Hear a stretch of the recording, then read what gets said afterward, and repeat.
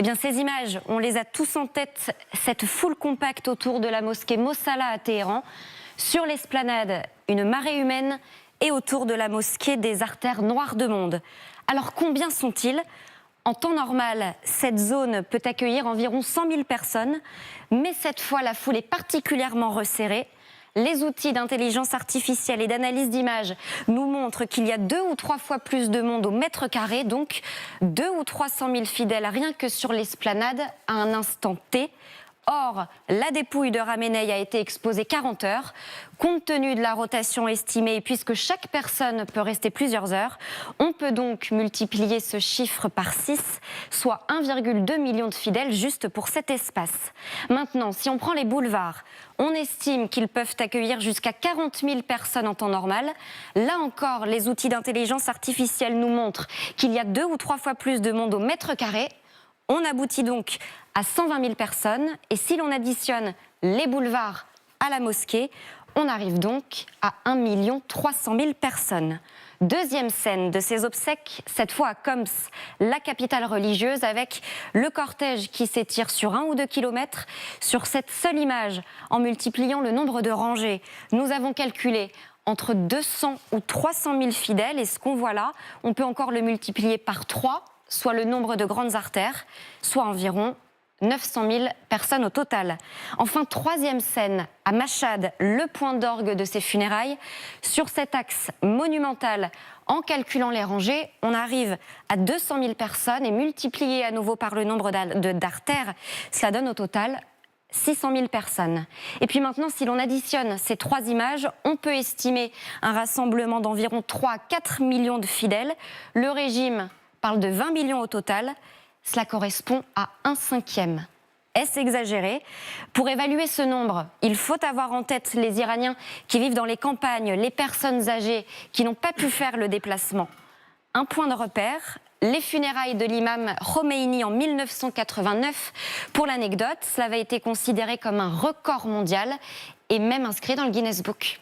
Voilà, donc au total, on arrive quand même, on est loin quand même des 20 millions de personnes affichées par le régime, et on ne serait peut-être pas, et on serait même assez loin peut-être des 10 millions de personnes pour les obsèques de l'imam Khomeini. Pour certains observateurs, ces images sont trompeuses, et il serait exagéré de parler de ferveur populaire massive. Pourquoi ? Oui, écoutez Anthony Bélanger, journaliste spécialiste des relations internationales. Il faut surtout que nos téléspectateurs aient bien en tête que rien de ce qui sort comme image, comme chiffre et comme commentaire de l'Iran n'est c'est bien de le rappeler. Est nul et non avéré. En tout cas, d'abord parce que les affidés au régime sont très nombreux.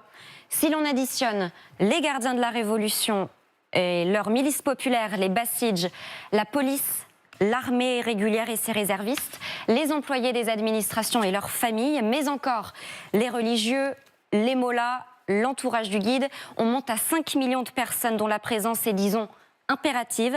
On peut parler d'une mobilisation institutionnelle entre guillemets. Un élément pour accréditer cela, tous les fonctionnaires du pays ont reçu un mot d'ordre, être présents quoi qu'il en coûte, aucune excuse ne sera tolérée. Une image à l'appui de ce récit, ces tentes où ils sont quasiment parqués. C'est ce qui fait dire à cette professeure iranienne Mahdi Ali, qui vit toujours à Téhéran, qu'il s'agit, je cite, d'un récit trompeur. Le véritable adieu au guide suprême s'est déroulé hors champ parmi ces dizaines de millions d'Iraniens qui, tout simplement, n'étaient pas présents. Elle évoque ces images, ces Iraniens sur l'autoroute des vacances fuyant Téhéran, embouteillage, longue file d'attente. C'est aussi ailleurs qu'il fallait regarder. Merci Lucille. C'est un travail compliqué évidemment. Personne ne prétend ici que ce travail, il est définitif, qu'il est totalement exact. Ce sont des éléments d'appréciation.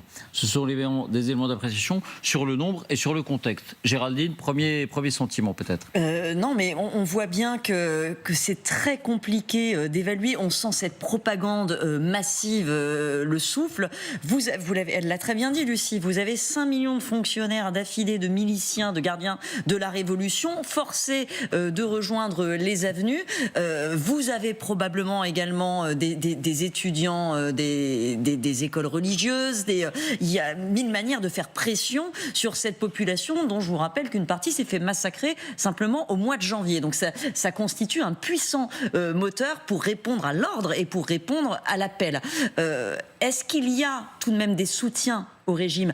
Naturellement, il y a des soutiens au régime. C'est un régime qui se maintient en ayant distribué des privilèges à toute une partie de la population.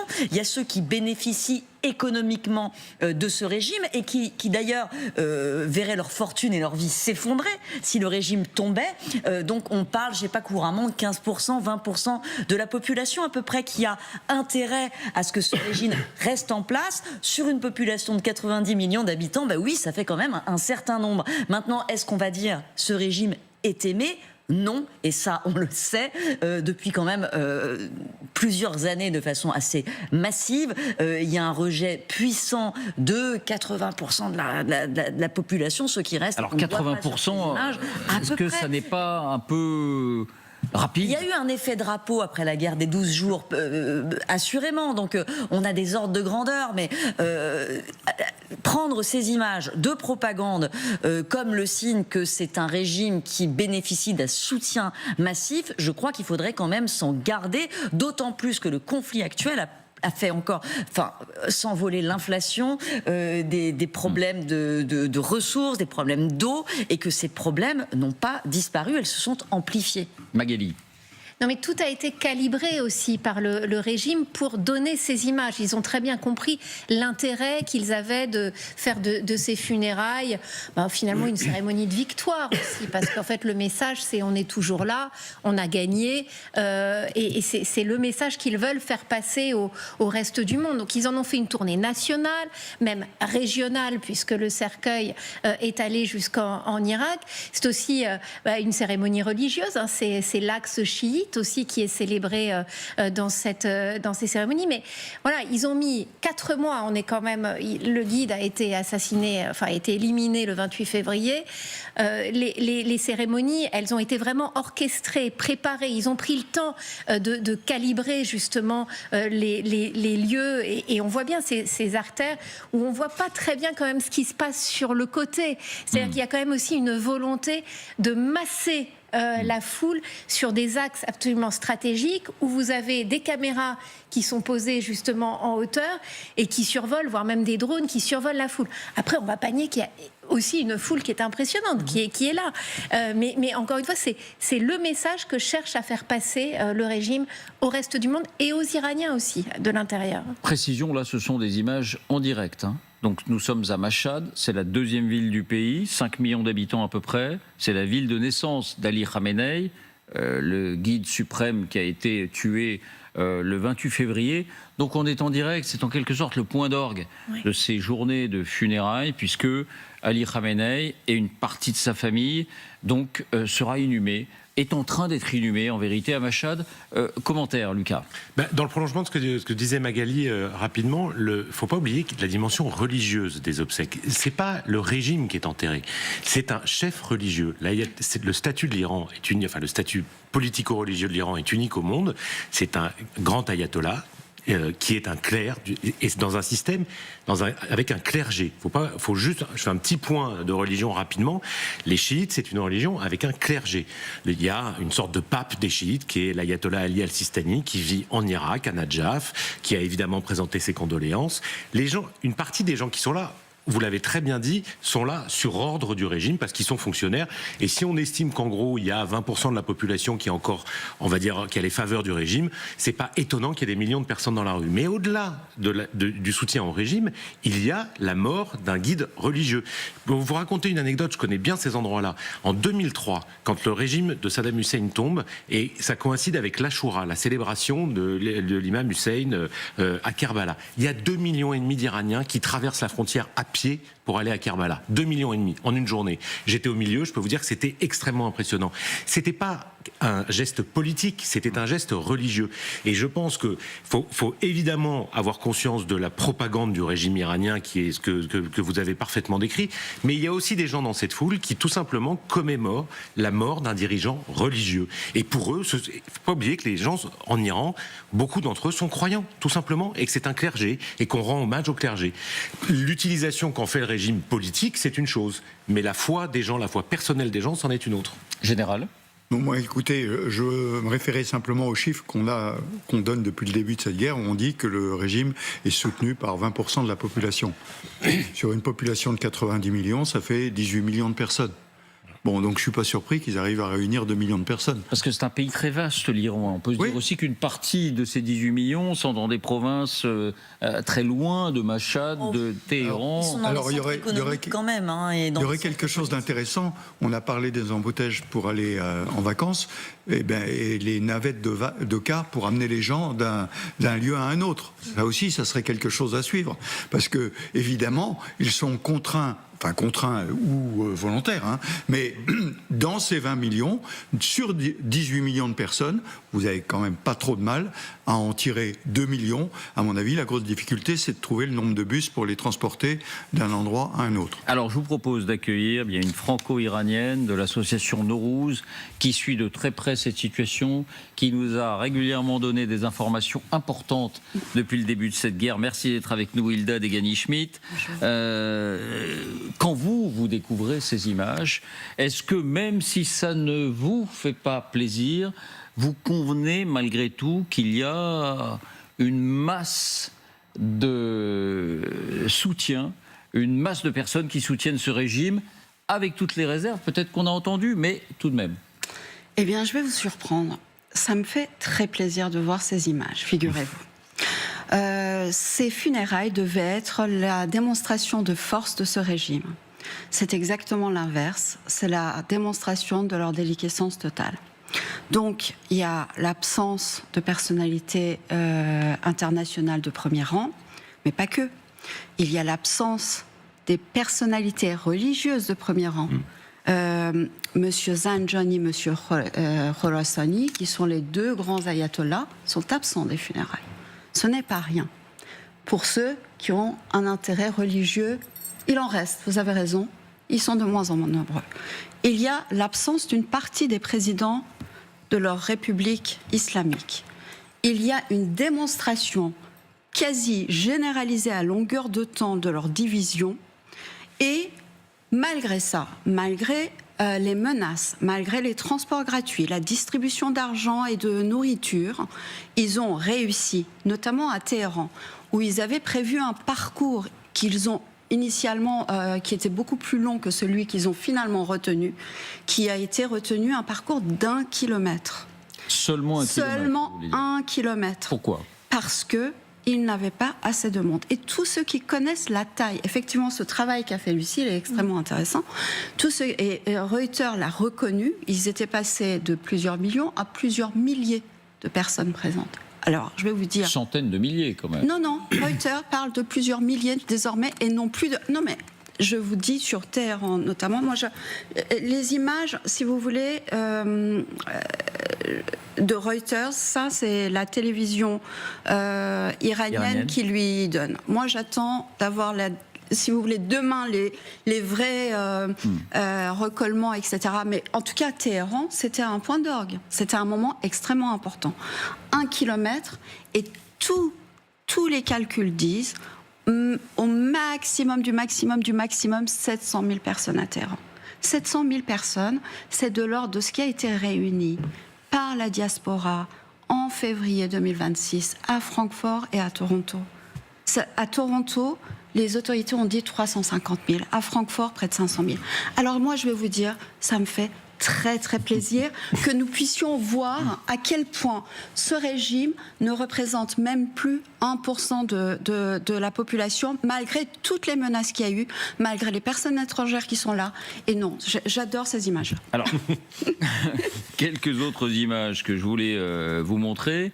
La voie ferrée, aujourd'hui donc on l'a dit, et là on est en direct encore une fois, Machhad, deuxième ville du pays, la voie ferrée entre Téhéran et Machhad a été bombardée. Alors c'est une voie ferrée essentielle pour la circulation économique, pour les échanges au sein du pays, mais la coïncidence est quand même troublante, et c'est vrai que visiblement c'est aussi une manière d'empêcher ceux qui habitent à Téhéran d'aller à Machhad. Je vous propose d'ailleurs de regarder ce reportage de la télévision iranienne, je le précise, Donc on sait à qui on a affaire avec ces personnes qui sont scandalisées et qui voient justement une façon pour les États-Unis de tenter de limiter l'effet de masse que peuvent avoir ces rassemblements. دشمنیشون با مردم ایرانه هرچند تو ظاهر میگن که ما با دولت مشکل داریم با اسلام مشکل داریم با ژن ایرانی مشکل دارن به خاطر که لجش گرفته این همه جمعیت رو دیده باید هم بسوزه ولی با این کارشون مردم بیشتر از پیش قوی‌تر شدن که توی این مراسم شرکت کنن چون عاشق شهادتن. Voilà, ce sont bien des images des agences iraniennes, montage Claudia Oliveira, mais le plus intéressant, vous allez l'entendre, c'est là que le dispositif se trahit un peu lui-même, c'est quand on entend cette personne dénoncer lui aussi ses actions. Il a une douzaine d'années, c'est un enfant. Et là, la propagande apparaît clairement, regardons.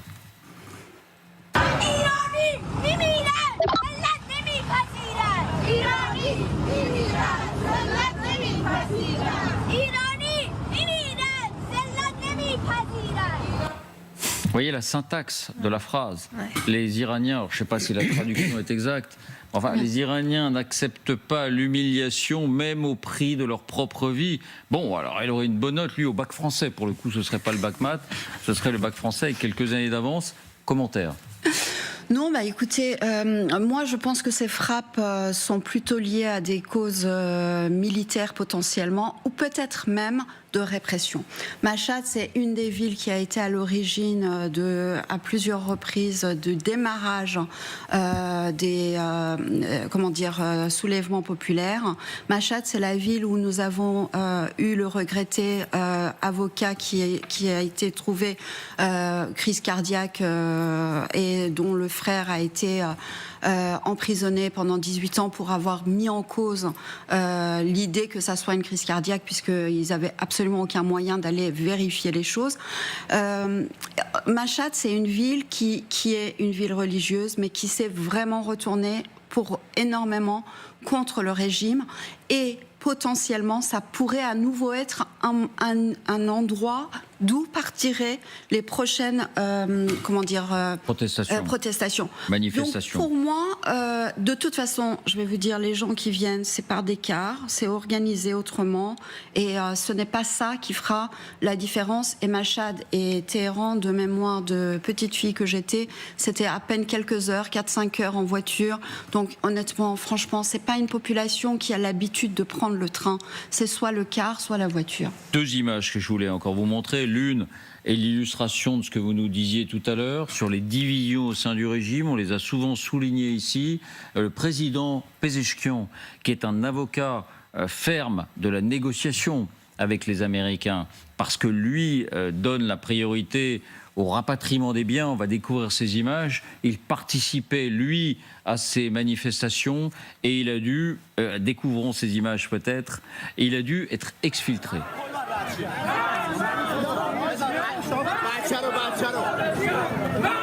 C'était au début de ces cérémonies de funérailles. Il participe à l'hommage. C'est le président de l'Iran, mais c'est un partisan des négociations avec le ministre des Affaires étrangères Araghchi, et il doit être exfiltré parce qu'il fait face à des protestations. Traître, tu as négocié avec les États-Unis. La deuxième image que je souhaitais vous montrer, et qui va un peu dans le même sens, c'est cette immense banderole qu'on a aperçue aujourd'hui à Mashhad. We will kill Trump. Nous allons tuer Trump. Elle est rédigée en anglais, donc c'est très clairement là aussi un message de propagande pour qu'il soit relayé en Occident comme nous le faisons avec le contexte que nous précisons. Mais ça dit quelque chose. Évidemment, alors on est en train de célébrer la mort d'un homme qui a été tué par l'armée américaine ou israélienne.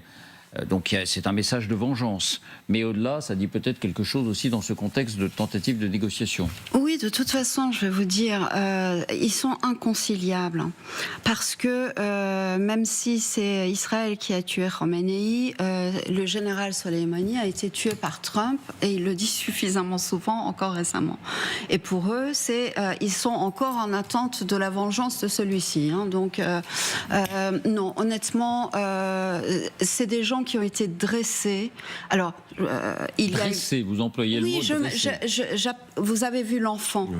Vous avez vu l'enfant, ce sont des gens qui ont été dressés littéralement pour tenir un langage, et aujourd'hui d'un coup on vient leur dire eh ben non, on va se mettre à parler avec l'ennemi. Eh ben ça va pas marcher comme ça en fait. Ça ne peut donner que ça. Mais là où c'est hyper intéressant, c'est de voir à quel point ils ne peuvent plus maîtriser les choses. Et toutes les études scientifiques le montrent. Ça a toujours été comme ça. Quand ça au niveau de la tête, ça commence à se disloquer, eh bien en bas, ça ne peut plus tenir. Et c'est ce qu'on est en train de voir tous les jours. Bon, je ne sais pas si quelqu'un veut rajouter quelque chose. Juste un point, on voit bien les dissensions à l'intérieur du régime sur négocier, pas négocier. Mais vous voyez, on parle beaucoup des 20% qui soutiennent et qui manifestent. Moi, je pense aux 80%. Ouais. Vous avez raison, si je 80%, pardon, hostiles ou 80% aussi largement indifférents? Non, pas indifférents. Écoutez, si il n'y avait pas eu cet océan de sang entre la population et le régime, effectivement, pour des raisons religieuses, il y aurait eu d'autres personnalités présentes et aussi peut-être une partie de la population.